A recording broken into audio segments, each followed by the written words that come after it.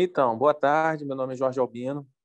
Eu encontrei a senhora realmente pelo Instagram, porque eu sou médico ortopedista e tenho uma dupla nacionalidade pelo meu pai.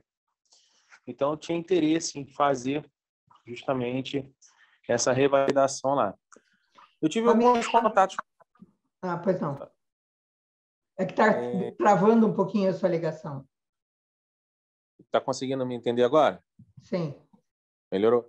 Então, eu tenho dupla nacionalidade e aí eu tentei com a minha prima, que é advogada e reside lá, meio aqui, fazer essa validação. Só que família é mais complicado, né? Então, pois é, fiz apostilamento, fiz tudo, Mas ninguém chegou a resolveu. encaminhar? Não cheguei a encaminhar porque foi em 2018, se eu não me engano, 2018. Parece que estavam mudando o sistema lá, né? O processo Parece que mudou um pouquinho, sim. mudou, E aí ficou naquela, vai, não vai, e aí fica na dependência, porque ela ia com mais frequência para lá. Então, ficar na dependência de terceiros ainda mais família. Depender é ruim, a gente sabe disso. Ainda quando depende de família que acha que é favor, né? Fica mais complicado. Eu entendo. Então eu estou querendo ver essa possibilidade de validação lá. Então, eu não sei como é que é o processo, realmente, porque até então ela nunca me explicou e eu nunca tive contato com alguém da faculdade. Eu vou lhe explicar direitinho, doutor Jorge. Assim, o processo realmente mudou em 2018, tá? Tanto que as provas de 2019 foi a primeira vez que saíram num determinado modelo, 2020 elas já atrasaram em função da história do Covid e agora elas acabaram de ser realizadas em janeiro. Bom, o processo começou a ser realizado uma vez por ano, isso já é líquido e certo, é desse jeito, e ele envolve 5 etapas. A primeira etapa é uma etapa documental, é essa que a sua prima estava fazendo para o senhor. Então, tem um conjunto de documentos que a gente tem que juntar para apresentar para a universidade. Esse conjunto de documentos, além dos documentos em si, é relevante que a gente também analise qual é a universidade que tem compatibilidade com o seu conteúdo. Porque se não analisarmos isso e encaminharmos para uma universidade que não tem compatibilidade de conteúdo e de método, o que vai acontecer?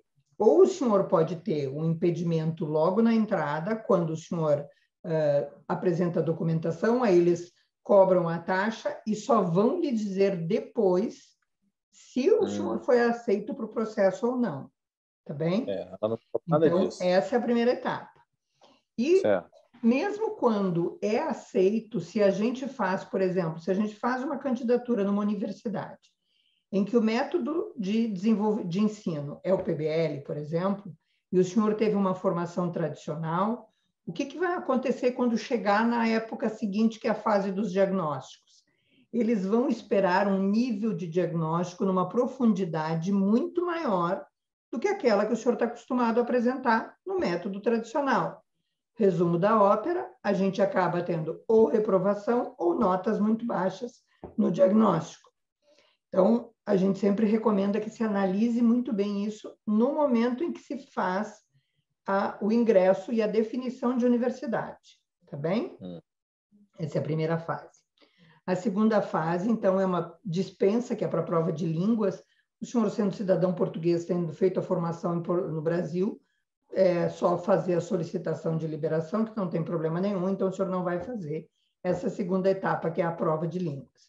A terceira etapa aí é quando a gente começa efetivamente com as provas.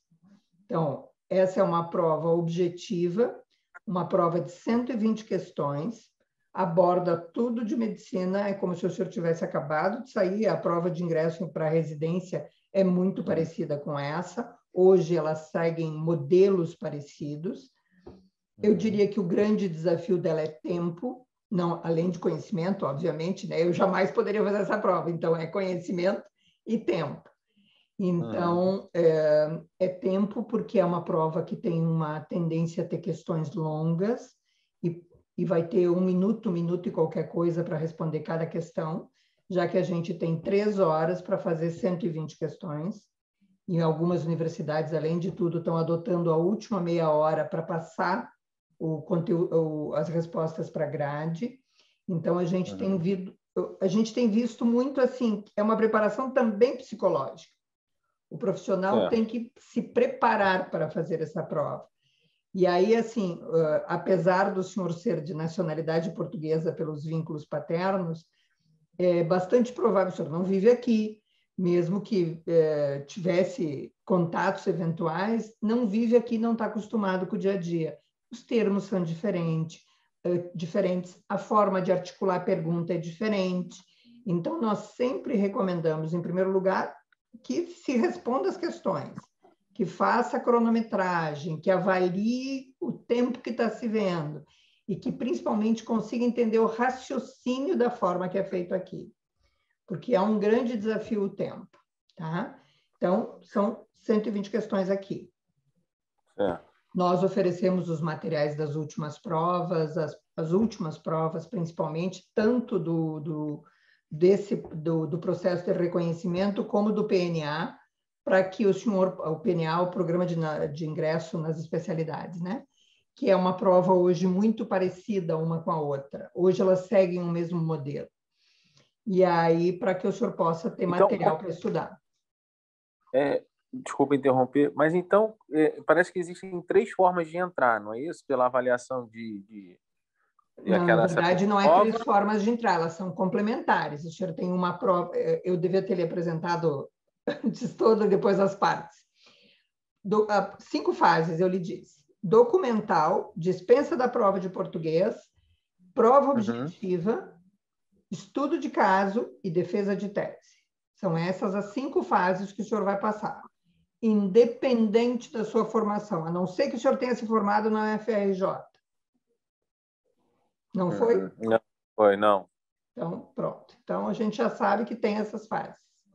Então, a prova objetiva é aquela que eu lhe falei agora. Depois, o senhor tem uma prova que é um estudo de caso. Então, é um caso clínico, que o senhor vai analisar um paciente. E aí, aqui, particularmente, quando a gente não fez método PBL, é que a gente não recomenda que se vá para uma universidade que está em método PBL, mesmo que não tenha sido anteriormente. O que é esse método PBL? É o método em que a gente... o estudo do médico é feito todo baseado em cases. É muito menos teórico e mais prático. São poucas as universidades no Brasil que têm método PBL, mas são muitas as universidades em Portugal que estão começando a adotar esse método. Nós já temos algumas que são 100% e outras que estão em fase D. Então, e aí, como é diagnóstico o tempo todo, imagina a riqueza de detalhe que a gente chega depois de fazer 6 anos fazendo diagnóstico o tempo todo. É diferente, né? E então, esse ano vai ter prova? Ou já teve? Já teve. Então não vai ter mais esse ano? A próxima prova é dia 7 de janeiro e as datas já estão definidas. Certo. Já saiu todo o processo. Vocês fazem todo o trabalho de análise para justamente ver qual é a faculdade que eu entraria, é isso? Nós fazemos a análise de qual é a universidade. Em primeiro lugar, orientamos a documentação. Fazemos as dispensas todas, tudo que é possível fazer no seu nome. Por procuração, nós fazemos. Desde encaminhar, analisar, fazer, porventura, recursos extrajudiciais que sejam necessários, nós acompanhamos até a fase, até o registro na ordem. Então, vamos acompanhando fase a fase. Temos também material de estudo, principalmente as últimas provas, que é as que eu recomendo que o profissional analise, que analise aí o pós-2018, que é quando teve tanto mudança no PNA como na prova do reconhecimento. Então, aí a gente tem 18, 19, 20, isso a gente tem todo esse material.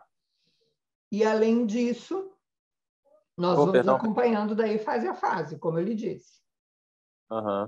Ok? Entendi. E como é que são feitos esses valores? Como é que é feito? É por etapa? É um pacote só? Não, nós fazemos a contratação única.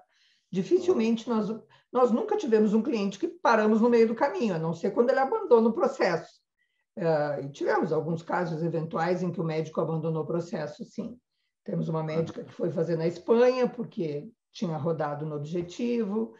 acompanhamos até 2 processos. Então, por exemplo, o senhor vai começar o processo conosco agora. Nós vamos lhe candidatar para o próximo processo que o senhor entender. Muito bem, vamos imaginar que seja o 2022. Nós vamos acompanhar no processo 2022 e no próximo, se eu rezo para que nunca tenha um próximo. Mas vai que o senhor reprova em alguma das fases, a gente continua acompanhando. Então, o senhor pode fazer 2 vezes na mesma universidade, no mesmo processo. Então, hoje, Entendi. as universidades estão todas chegando perto dos 1.500 euros de taxa. A gente já sabia o ano passado, quando a a Nova de Lisboa aumentou a taxa para 1.500 euros, que as outras viriam atrás. E elas já estão divulgando, todas elas já estão começando a entrar todas nos 1.500 euros de taxa. Então, estes 1.500 euros de taxa são para 2 processos. Tá? Então, isso que não estão todas, mas estão a caminho. Então, até o final desse ano aí, pode ter certeza que vão estar todas nessa faixa de valor. Então, esse é o custo das taxas universitárias. O senhor pode fazer a sua candidatura a qualquer época do ano. O que nós recomendamos? Que o senhor faça o quanto antes, porque as universidades, o ano passado, por exemplo, algumas pediram, quando chegou no comecinho de novembro, elas pararam o processo. Disseram, olha, todo processo que entrar agora já vai para o ano seguinte. E aí, se eu tinha um profissional que tinha interesse em fazer em 2021, já ficou para 2022, porque eles não tinham capacidade técnica para fazer análise de conteúdo. Então, quanto antes a gente conseguir apresentar o processo, mais seguro a gente fica que está tudo certo. Entendeu? Tá bom. Então, não por apresentar documento, coisa assim, porque isso a gente já sabe como é que é e não erra processo. Tá bem? Tá bom. Muito bem.